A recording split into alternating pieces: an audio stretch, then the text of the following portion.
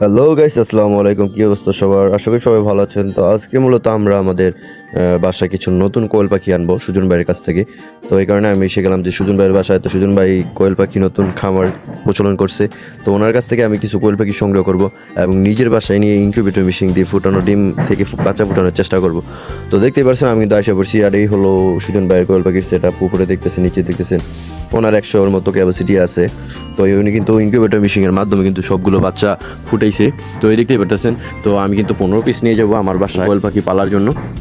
তো দেখতেই পাচ্ছেন সুজন ভাই কিন্তু আমাকে বাইচা বাইচা দিতেছে যে মাদি আর নর মিলিয়ে দিতেছে।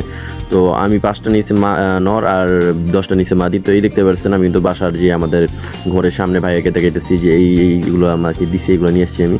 তো এইদিকে আহনাফের আমার ভাতিজার খুব শখ যে সে কোয়েল পাখি পালবে বা দেখবে, তারও খুব ইচ্ছে। তো তার কারণে মূলত আনা। আর এদিকে দেখতে পারতেছেন আমরা কিন্তু এগুলোকে নিচে রাখছি, যেহেতু একটা একটা করে খাঁচার ভিতরে ঢুকাইতে হবে। তো যে কারণে আমরা খাঁচার মধ্যে রেখে আস্তে আস্তে একটা একটা করে আমরা সাবধানের সহিত আপনার খাঁচার মধ্যে রাখার চেষ্টা করছি, যেন বাচ্চার পাখনা বা কোথাও ক্ষতি না হয়। তো এই দেখতে পাচ্ছেন আমাদের কিন্তু আশেপাশে কিন্তু কৈতুরের খাঁচাও আছে। কৈতুরের মধ্যে 5-6 জোড়া কবুতর আছে। আর পাশে কিন্তু আরেকটা খাঁচা বসিয়েছি নতুন, এই খাঁচাটা দেখতে পাচ্ছেন। এটা মূলত কোয়েল পাখির জন্য। আর এখানেই রাখছি আমরা টোটালি 15 পিস কোয়েল পাখি। তো দেখতে পাচ্ছেন আমি কিন্তু নিচে নেট দিয়ে দিচ্ছি। নেটে দিচ্ছি এই কারণেই যেন ওদের পাগুলো ছোটো, এগুলো এখন 20 দিনের বাচ্চা। 20 দিনের বাচ্চা আমি নিচ্ছি 40 টাকা করে পিস। তো সবাই কমেন্ট করে জানাবেন যে আমার কি বেশি হয়ে গেছে দাম, নাকি কম হয়ে গেছে, নাকি ঠিক আছে। তো দেখতেছেন জালিগুলো কারণ দিচ্ছি যে তাদের পাটা যেহেতু অবস্থা এখন ছোট, যেন নিচে পা ভেঙে না যায়। এই কারণে জালটা দিচ্ছি যেন সুন্দরভাবে হাঁটাচলা করতে পারে। তো আমি সেখানে 10 পিস 15 পিসের কথা বলছিলাম, তো 10 পিস দিয়েছিল। তো 10 পিস আনার পরে তো ভাইয়া আবার বলতেছে যে আর 5 পিস নিয়ে আয়। তো এই রাত্রেবেলা আমি আবার চলে গেছি, যে বলছি যে ভাই আমাকে আরও 5 পিস দেন। তো এই দেখতে পাচ্ছেন আমি কিন্তু আরও 5 পিস নেওয়ার জন্য কিন্তু ওনার কাছে আইসা গেছি। আর কিন্তু আমাকে 5 পিস আরও দিচ্ছে।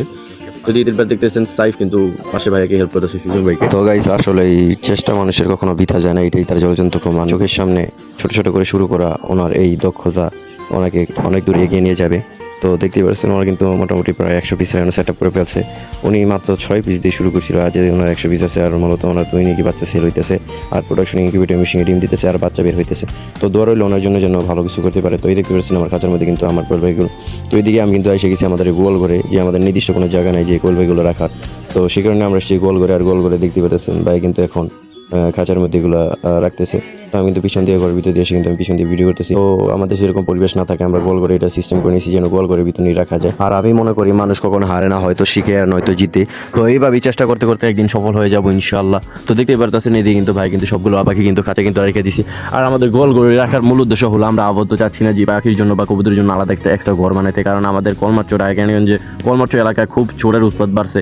তো যে কারণে ঘরের তালা ভেঙে পর্যন্ত চুরি করে এমন পর্যন্ত রেকর্ড আছে। তো আবদ্ধ চাচ্ছি না আমরা সেভাবে বড় করতে, বাস খাওয়ার চাহিদা পূরণ হলেই চলে। তো এদিকে দেখতে পাচ্ছেন, তো সকালবেলা আমরা কিন্তু এগুলো বাসায় বের করছি। আর বের করে কিন্তু দেখতেছেন আনার পাশে দাঁড়াইছে। আর এগুলো কিন্তু মাটি ঠোকরতেছে। তো মাটির মধ্যে এগুলো খেলা করে বা গোসল করার সিস্টেমের মতো অনেক আনন্দ করে, যে কারণে আমরা এগুলোকে মাটির মধ্যে রাখি। তো ভাইয়া আবার আজকে আরও 4 পিস নতুন নিয়ে আসছে। ওইগুলোর মধ্যে আপনার মাদি বেশি হয়ে গেছিলো, পুরুষ বেশি হয়ে গেছিলো, যে কারণে ভাইয়া চেঞ্জ করে বাজারতে আবার 4 পিস নিয়ে আনছে মাদি।